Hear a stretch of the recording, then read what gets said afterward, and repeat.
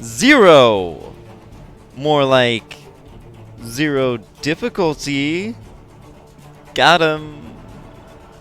For real, Xero is our first Dream Warrior, essentially its own class of bosses. Dream Warriors are all relatively simple, only ever having 1 or 2 attacks. What sets them apart from other foes is their scaling HP, making them more capable the more you've upgraded your nail.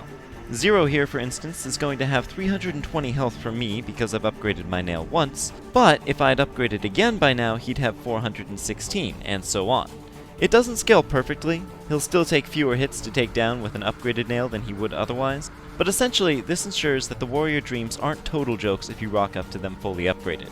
And, it's kind of awkward that his HP is more interesting than his attacks, or attack, rather, but here we go. Psychic Nail will see him ready one of his hovering nails, launch it directly at the knight's position, and then recall it after a moment. Honestly, the initial phase of this attack is a complete non-issue. As long as you are moving at all, you will already be dodging this attack. The only thing to actually worry about is the way the nail returns to Xero. Its trajectory on its way back can be a bit tricky to predict, but it's always based on Xero's current position and, more importantly, they tend to move more vertically than horizontally. I wouldn't say there's any end-all consistent strategy for avoiding this, but simply sidestep the launch and stay aware of where Xero is for the recall. Oh, but wait, there's more! After you've reduced him to half of his HP, he'll enter his second phase, where he summons 2 more nails! That sure does look threatening. But he still only launches them 1 at a time, just a little bit more often, so yeah. Anyway, our plan here is simple. Our number 1 priority is to make sure we're never above his nails. Even passing over top of them is a little risky, so just wait till they've been recalled to pass them. Our number 2 priority is to stay underneath Xero. He'll constantly move all around the stage, so as long as you're chasing him, you'll basically be dodging his downward attacks automatically. But hey, his attacks can be a little random, so he can get his pot shots in. So maybe you want to know when to heal if you're supposed to always be dodging. Well, no worries there. Xero is one of those bosses that just lets you leave the arena without a fuss. Hide down here if you ever need to heal, and he won't even attack you. So this fight's almost as much of a foregone conclusion as the Vengefly King was, but hey, let's give it our all anyway.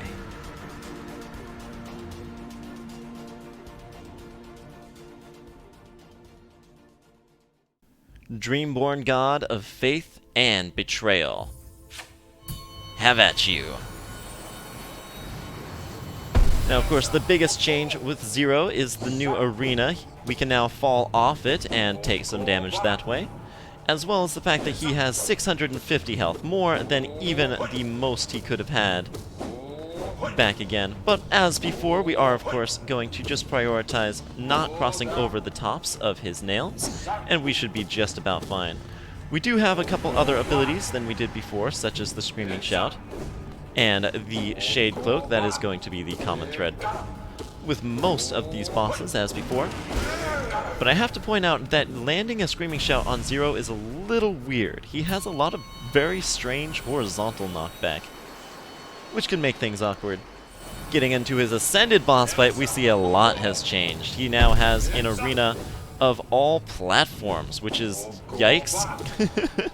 This definitely makes things a lot trickier, since before, steering clear of his nails was just a matter of taking small steps and not going over top of them. Ow! Now that he can basically crowd us on these platforms a lot easier, this whole fight is going to be quite a bit more complicated. But we've just about got this fight in the bag, and we only got hit once, and that was on the first phase, so I'm not too worried about Radiant here. Once again, as we're fighting Radiant bosses, I want to stress as much as possible that if you're having any struggles with any of the individual bosses on Radiant, my number 1 tip would be to try and just fight them without dealing damage. See just how long you can go without getting hit by their attacks, and that'll teach you the ways to avoid their attacks better than just trying to go full throttle and attacking them would. Yikes, that was close. And again, steering clear of these guys, these nails, from above is the easiest way you can... Okay, yikes, maybe not, and there it goes. Fighting a boss when they kill you in one hit is never going to be easy. Even the easiest bosses being able to take you down from full health to 0 is a pretty hefty thing to overcome. I'm not too worried about that.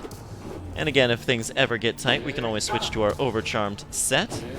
There are some bosses who are much easier to fight with certain things.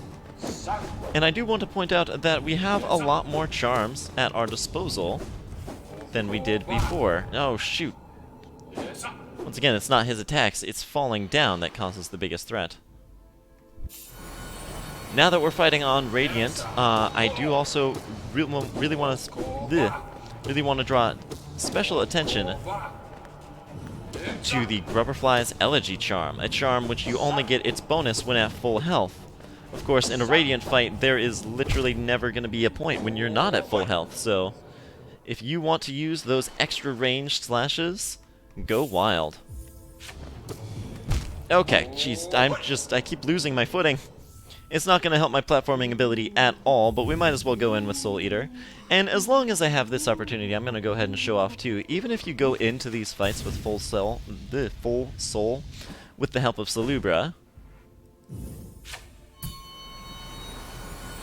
you still enter the fight on empty. It wants to make sure that you can beat the fight dry, no cheesing it.